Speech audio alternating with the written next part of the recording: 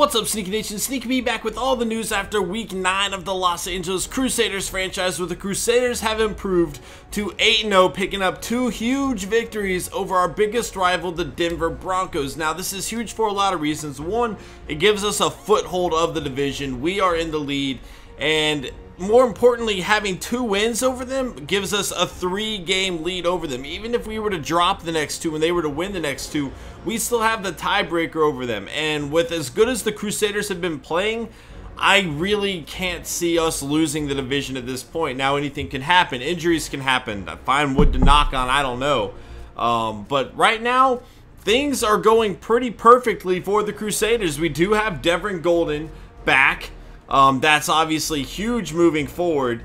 Our defense has kind of stepped up when needed. Now, Chaz Jenkins is hurt. That's part of the reason we got that win last week. Granted, I think we were winning when he went down with his injury, but he is still a player capable of leading the team down the field very quickly. As we saw in our first matchup against him, Stuart Denny just kind of had a little bit too much time for the Broncos defense and kind of made him pay. But we'll have to check on his injury, because if he's out for a significant amount of time, that could really hurt their team there. Jimmy Mosley, go ahead and put some time on him. Just kind of spreading the love around, you know. Things are going pretty good right now in Crusader world, so let's go ahead and spread the love while we have it. And let's go ahead and start getting on to the rest of this news video. Let's check out all the news, see if they see anything about where they're going. No, they won't tell us. I don't know why they refuse to tell us. Let's see some predictions. Where do you guys think they're heading off to? Yeah, draft stories. That's what I wanted to see. UCLA right guard Laurez Francois may be putting his up and down season behind him as he opened the way for 3 rushing touchdowns and a 35-3 win. Okay.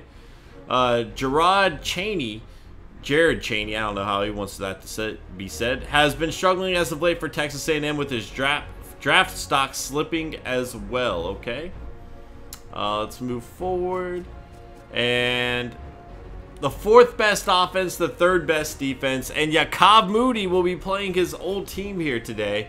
I'm going to hold off on scouting a little bit longer. We might as well just wait to kind of see how the rest of the season unfolds for us.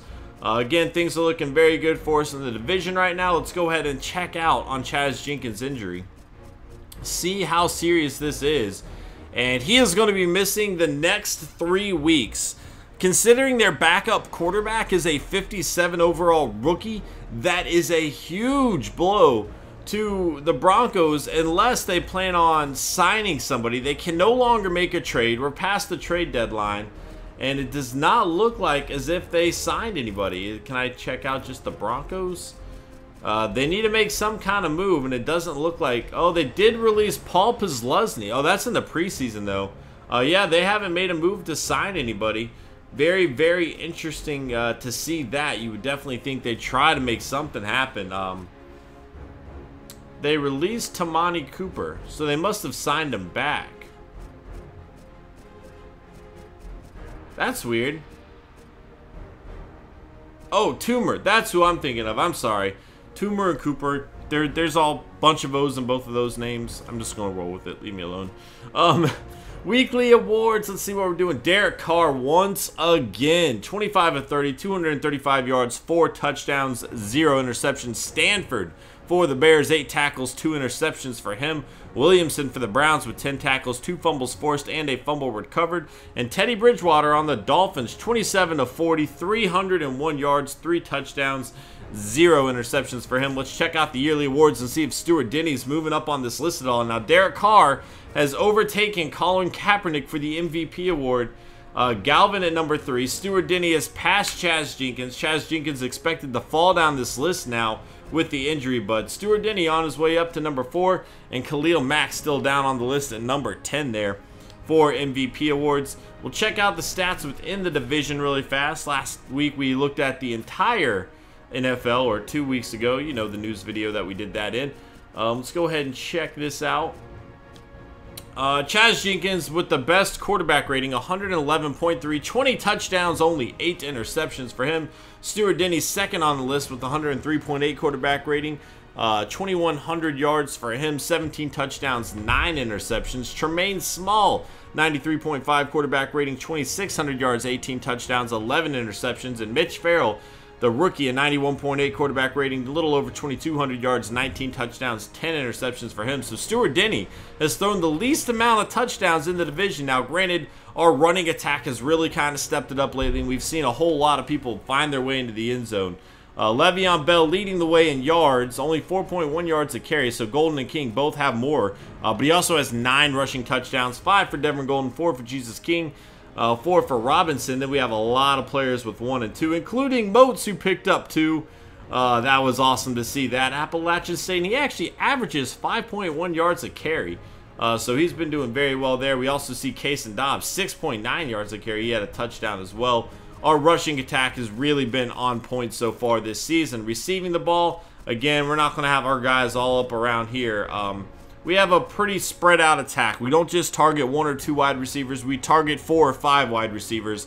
And you pair that with our running game, and you're not going to see our guys getting a whole lot of interceptions. But touchdown-wise, Marshall was 6, Demarius Thomas was 6, and Jordan Matthews was 6. 4 for Sellers, 4 for Reed, 4 for Marcel Reese, 4 for Julius Baker and Yaakov Moody, 4 for Monte Ball as well. Then we're going to have a lot of guys sitting here with 3 and 2.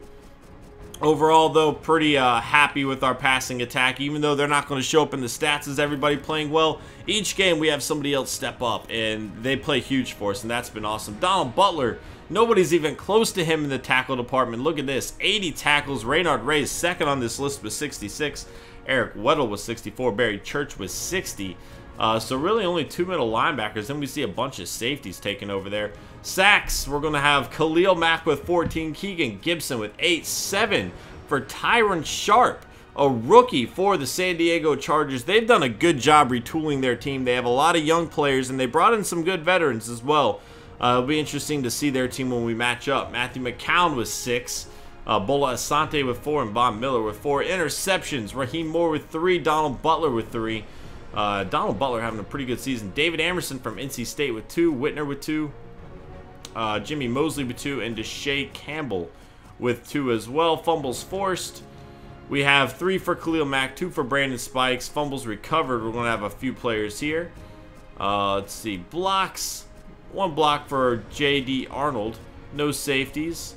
Now, we did have a safety against us. That wasn't a division game, though. Raheem Moore with the touchdown and Deshae Campbell with a touchdown. Let's go ahead and check out our kicking stats.